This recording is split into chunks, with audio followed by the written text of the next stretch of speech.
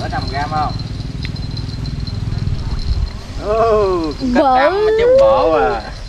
Xém 100g chứ bộ à. Ôi ơi. Ngon ngon, trúng rồi. Trúng mánh rồi.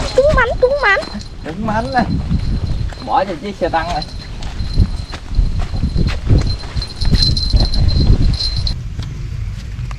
Quá đã này.